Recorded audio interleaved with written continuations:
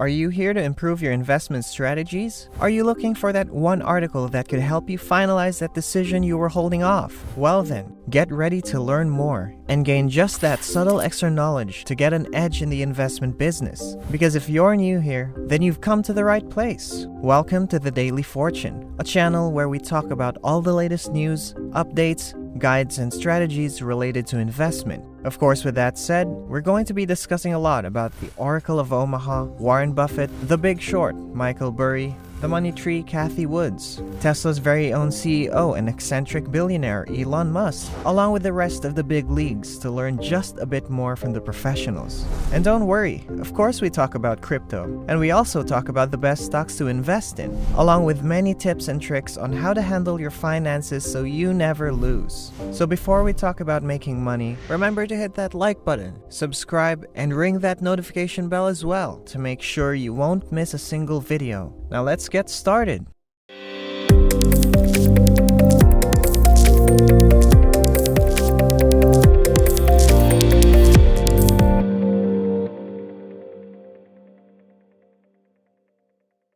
There's an archaeological site, and what's being discovered is a long-forgotten laboratory. It was the inventor and futurist Nikola Tesla's last remaining laboratory. Tesla's most ambitious project, a wireless power and telecommunication system, were intended to be tested in that lab. He envisioned a global network of towers that would electrify the world without the use of cables. He really is a genius. But the goal Tesla set for himself, universal wireless electricity, is still being pursued by physicists and engineers today, with impressive outcomes. Was Tesla onto something with this? Nikola Tesla's accomplishments and contributions are numerous. Induction motors and the first hydroelectric power plant were both invented by him. He's in charge of how we use alternating current power. He's also considered one of the fathers of radio communication. His patents are numerous. Then there's the Tesla coil, which is quite intriguing. It's a smart piece of machinery that served as a sort of technology demonstration. It aided Tesla in demonstrating the viability of wireless power transfer. The inner workings of this thing quickly gets complex, so we're not gonna cover or go any deeper into that part or context. But here is the most basic explanation of how it works. A Tesla coil takes in high electrical currents and converts it to high voltage electricity. This produces a fluctuating magnetic field which can induce an electric field in a nearby item, such as a light bulb. So when a fluorescent lamp was put into range, the current stimulates the gas, and it will light up. Although an LED works in a different way, the end result is the same. In this situation, a small electric field is created between the light's prongs, and it turns on as if plugged in. A Tesla coil isn't very viable as a source of wireless power.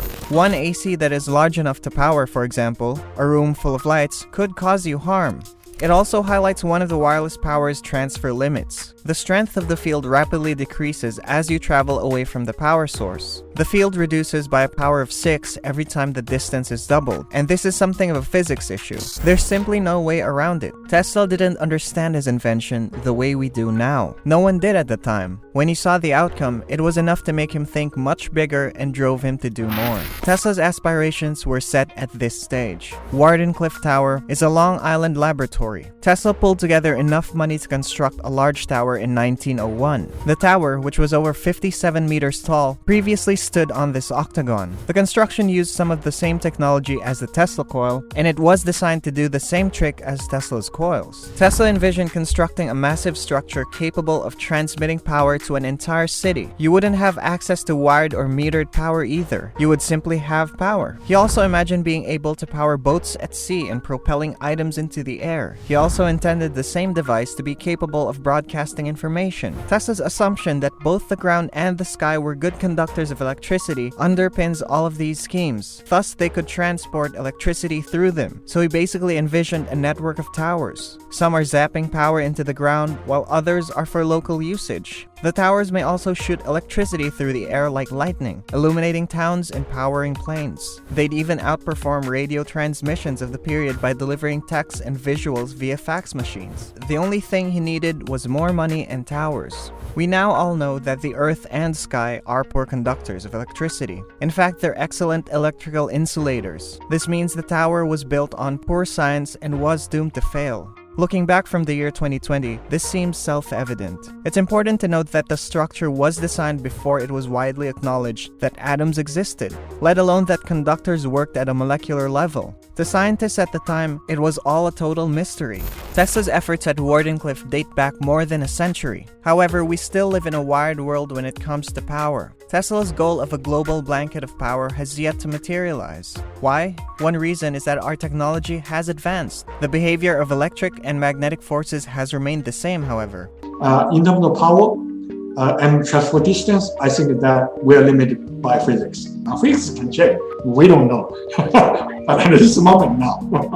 At San Diego State University, Chris Mee studies wireless power. While we're stuck with the laws of physics, he claims that improvements in materials and other technology have led to significant advancements. The wireless phone charger is one of those outcomes. The mechanics are similar to the Tesla coil demonstration, and the transmission distance is short, but it's practical and efficient, two things that Tesla couldn't achieve. Chris and others want to scale the system up to charge an electric vehicle, for example. It might drive into a charging station in your garage or even charge while you're on the road at a rest stop. Other methods have allowed researchers to do what a Tesla coil can't: use magnetic fields to power small gadgets at room-scale distances. There are, however, trade-offs. In this situation, a metal skeleton must be installed throughout the room. A medium other than electromagnetic fields is required for even longer distances. A lot of research has gone into using ultrasonic microwaves or lasers to beam energy. Chris believes that these techniques are useful, but only in low-power applications. All of this adds up to something less than Tesla's vision of wireless power. It's scattered niche advancement. Techniques are being fine-tuned and applications are being narrowed. There will be no revolution in the way we utilize power. That's more Tesla-related. Here's Chris Mee's message. I think normal people like myself, my student, my colleagues, we're doing the work. We are sitting on the shoulders of these giants, and we're doing just a little bit incremental here and there.